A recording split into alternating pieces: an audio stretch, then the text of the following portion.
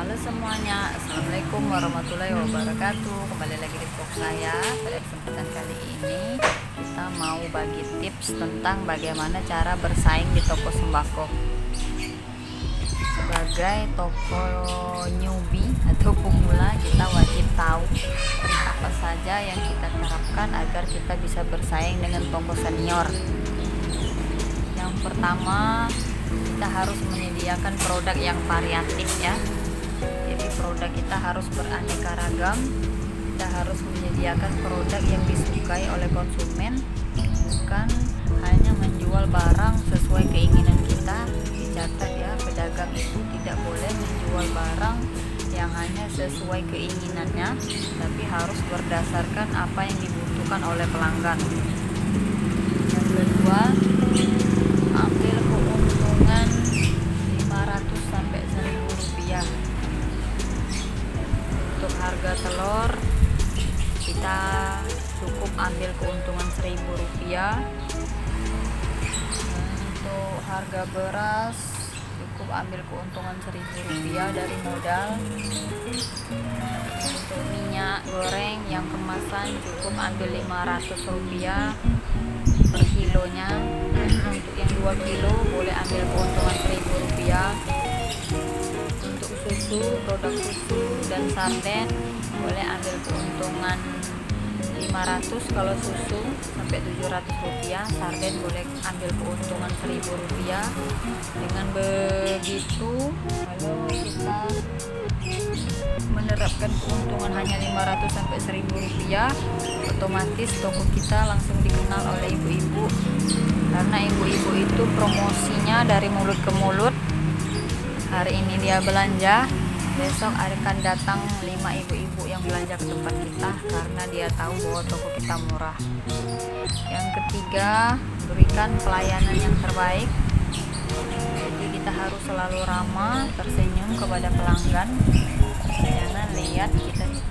Jangan kita kasih lihat ke pelanggan itu kita merengut cemberut waktu ada pelanggan belanja, karena orang datang itu dia mau mengantarkan rezeki untuk kita.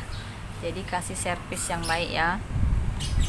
Terus yang keempat, perhatikan kebersihan dan kerapian toko. Usahakan setiap pagi harus rutin bersih-bersih, beres-beres, dan usahakan tidak ada barang yang berdebu, karena ada sebagian orang kalau barang kita berdebu, mereka merasa risih untuk belanja di toko kita karena dia merasa jijik.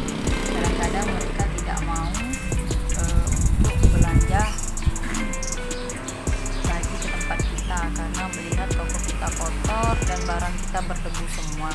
Jadi usahakan kita harus merapikan, membersihkan, dan minimal 2 hari sehari kita harus kasih kemoceng ke barang-barang yang banyak debu. Apalagi toko kita ini posisinya ada di pinggir jalan begini, debunya sangat banyak sekali teman-teman. Terus yang kelima, yang paling penting lagi adalah kita harus yakin sebagai pedagang bahwa rezeki Allah yang ngatur. Jadi kita tidak usah sibuk kepo dengan toko orang lain. Kita kepo dengan toko kita sendiri, kita perbaiki apa yang kita berikan kepada konsumen. Rezeki itu tidak akan tertukar. Sandal boleh tertukar, tapi rezeki nggak mungkin tertukar. Pemerintah boleh lockdown dan PPKM, tapi Allah nggak mungkin melockdown rezeki kita. Karena kata Pak Ustadz, rezeki itu akan datang sesuai dengan ibadah dan ikhtiar kita.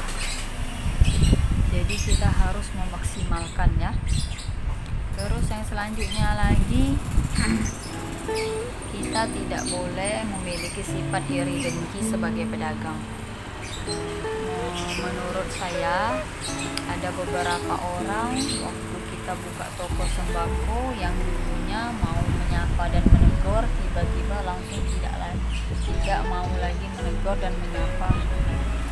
kemungkinan kalau menurut saya mereka itu punya sifat iri dengki.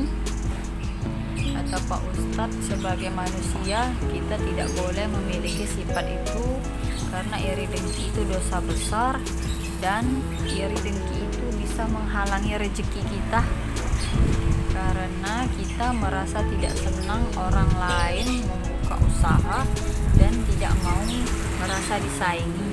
Padahal orang yang membuka usaha itu bukan bermaksud untuk menyaingi usaha orang lain. Jadi kita kalau orang ada buka usaha, kita nggak usah merasa benci dengan orang itu. Kita tetap merasa legowo saja, karena setiap orang berhak untuk membuka usaha masing-masing. Malahan kita doakan semoga usaha orang itu bisa besar dan berkembang juga, karena kalau kita doanya positif maka malaikat juga akan membalas doa kita dengan positif juga. Jadi nggak usah dibalas kalau orang lain nggak mau menegur, nggak mau menyapa dengan kita tetap biasa saja. Dulu waktu awal membuka toko sembako, saya sering melihat toko yang agen besar yang omsetnya bisa sehari 6-15 juta. Saya nggak pernah merasa iri dengki, malahan saya itu berdoa dalam hati bagaimana suatu saat toko saya bisa besar seperti itu. Dan walaupun ada barang kekurangan, kita tetap mau belanja ke toko mereka. Dan alhamdulillah sekarang Allah mengabulkan doa saya. Pelan-pelan toko saya juga mulai sudah meningkat omsetnya, barangnya juga sudah banyak. Jadi itulah teman-teman ya, beberapa hal agar kita bisa bersaing dengan toko yang lain. Cukup sekian dulu video ini. Kalau kalian suka jangan lupa like, komen, dan subscribe.